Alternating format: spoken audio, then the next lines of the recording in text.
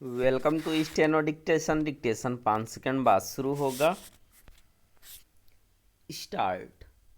Iran पर होर्मुज समुद्री मार्ग खोलने के लिए दबाव बढ़ाने के साथ अमेरिकी राष्ट्रपति ट्रंप ने उसे दी गई अपनी नई धमकी में जिस तरह यह कहा कि रात भर में पूरी सभ्यता खत्म हो जाएगी, जिसे फिर कभी वापस नहीं लाया जा सकेगा, वह आज के युग की भाषा नहीं है।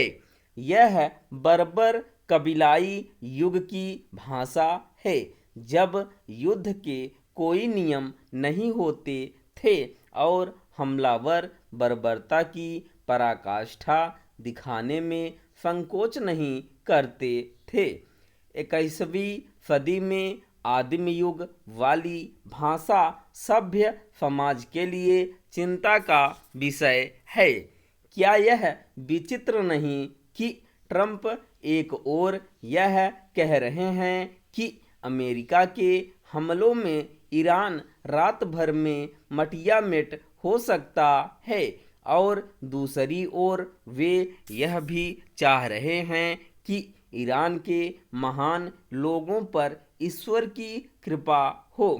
समझना कठिन है कि उनका इरादा क्या है। यदि वे समझौते की राह खोज रहे हैं तो उन्हें उसी हिसाब से सलीके से अपनी बात रखनी चाहिए। बीते कुछ दिनों से वे जैसी भाषा बोल रहे हैं उससे तो बात बनने के बजाय बिगड़ती ही दिख रही है।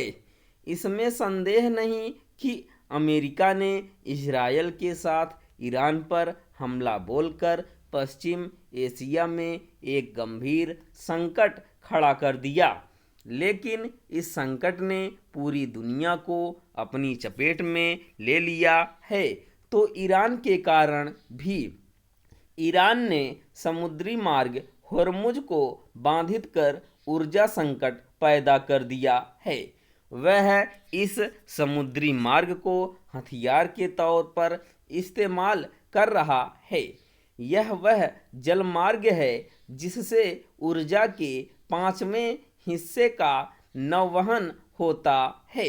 इस मार्ग के बाधित होने से पूरी दुनिया में ऊर्जा संकट लगातार गहरा रहा है, और इसके चलते तमाम देशों की सरकारों के साथ साथ आम लोगों के समक्ष परेशानी खड़ी हो गई है।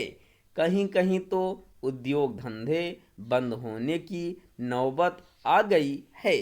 गहराते ऊर्जा संकट के चलते महंगाई भी बढ़ रही है।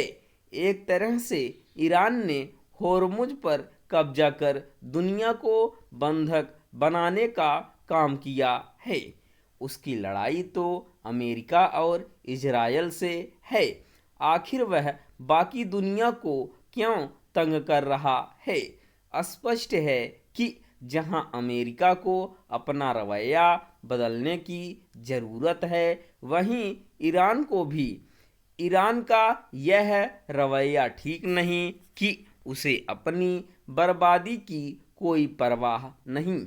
यदि वह युद्ध थामने के लिए लचीलेपन का परिचय देने के स्थान पर हट दिखाता रहेगा तो फिर अपनी तबाही को ही निमंत्रण देगा। उसके जो समर्थक उसे अपने रवैये पर अड़े रहने के लिए उकसा रहे हैं, वे केवल अमेरिका और इजरायल को ही पस्त परेशान होते हुए नहीं देखना चाहते। वे ईरान के भी शुभचिंतक नहीं कहे जा सकते, क्योंकि यह युद्ध जितना लंबा खिंचेगा उसकी बदहाली उतनी ही बढ़ेगी। अच्छा होगा कि मानवता के लिए संकट बनते जा रहे इस युद्ध में बीच बचाव करने के लिए भारत अपनी सक्रियता बढ़ाए। स्टॉप।